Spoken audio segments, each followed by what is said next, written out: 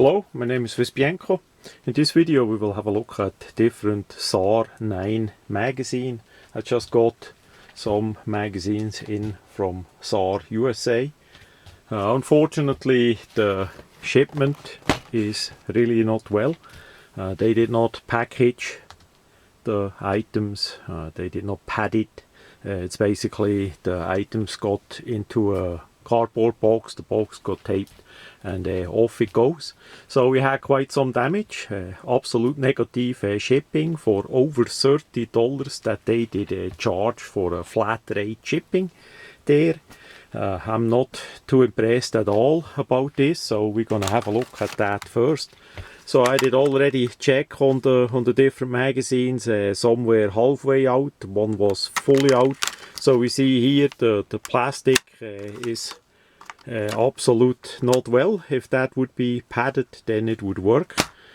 But like this, it's worth not much. This one did rip open here because again, no padding. Apparently the 17 round original magazine uses a thicker plastic, so that did work. That is undamaged inside the packaging. But number 3 of the 21 rounder, again completely kaput there, open, you know, and then you see the thing like this in the box. The stainless, the steel recoil spring assembly is just like that too, and that is just in the box like that without any padding. So for $30, absolute negative, I would say. At least the magazines were half price for a US holiday. So yeah. So to the magazines, we have, to my surprise, aluminium extension on it. It's still not clear exactly who makes the steel body. It's the typical body that they use for the regular size magazines there, with added aluminium part. We see we have here a ding, quite likely from that lousy transport, and there is a bit of ding as well. So it is how it is. It's basically the regular magazine body with an add-on mag extension, in this case aluminium. Relative easy to disassemble. You have to move that screw here so that that pin can be pushed all the way down, and then you can simply disassemble it.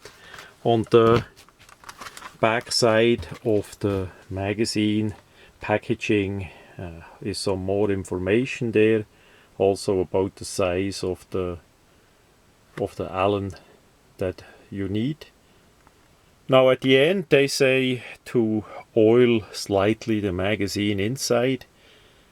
I don't think that is too well of an idea to loop magazines like that on the inside, because that just attract the dirt and sand and pocket lint and all that in the magazine if it finds a way in it and all.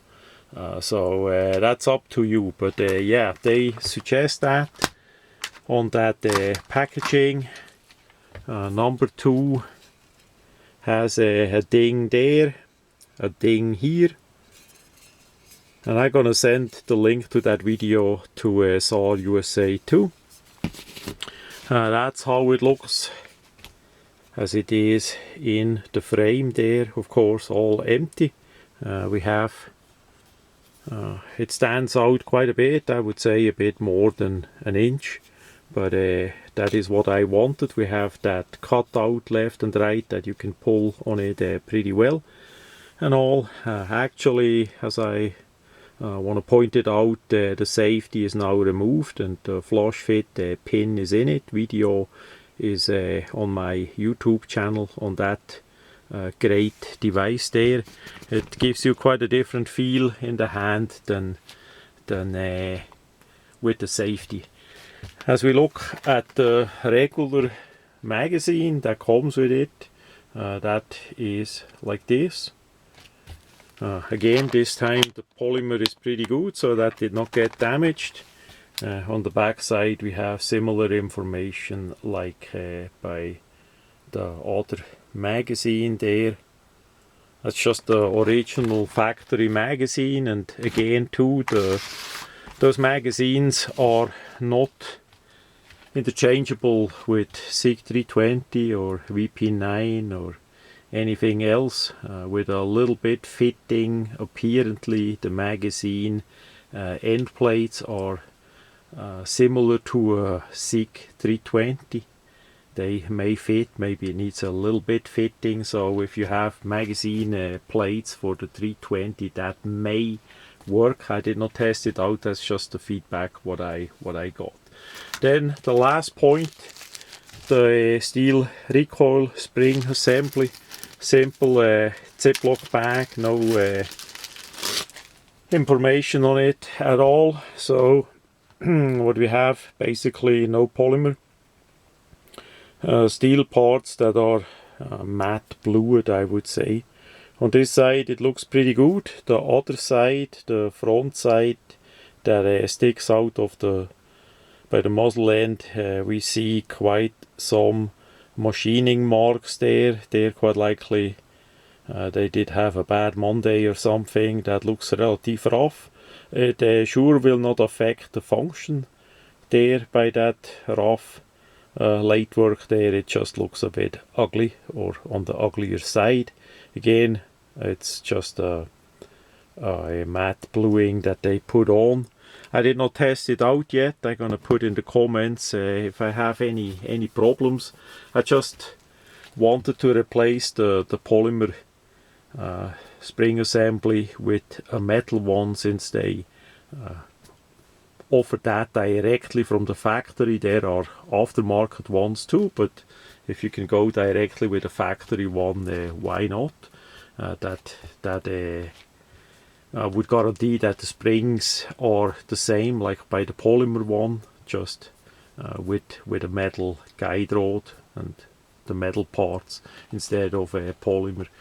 So I wanna try that out. Of course, the gun gonna get a little bit more heavy in the front, so maybe the recoil is really a little bit less as well, a bit less jumpy. Quite likely not much, because the weight difference is really not that much. Just like the durability of steel. Also, the mainspring is the part that we need to watch it about wearing out. So with a firearm where not that many spare parts are available, at least not in USA right now, it's for sure good to have the mainspring as a backup. They also sell the polymer one. If you don't want to go with the steel one, they sell you the polymer recoil spring assembly as well. It's a little bit cheaper. I would say about $7-8 cheaper than the steel one. So it was not that much in between that I would say the steel one is priced out of reach. So in between the 17 and the 21 is a 19 round magazine, basically a +2 plate like we know it from Glock, quite likely in polymer. I did not buy that magazine yet. Quite likely I will not do that, because I simply wanted the 21 rounder, and the aluminium was a great surprise. I did think they look just like aluminium and are polymer injection molded like that, but no, actual aluminium. Really nice. So there is a little bit of dehorning needed on the aluminium here on the back part. It's on two of them it's relatively smooth. Here on number 3 it has quite an edge on it, and that is right there where you are with the hand. So it's gonna get a bit dehorned on all 3 of them, and then painted with Brownell's Alumahide in matte black, so that we have an additional finish on it, and matte black. So the slight, I would say, satin, semi medium finish there, and the dings of course gonna be completely in a matte black as a secondary finish over it. You don't have to do that if you just use the item how it is. That all works really well, as long as there is no sharp edge that may cut your hand, because it's right there where you have the hand. So that much about SAR USA, about the spare magazines and the metal guide rod.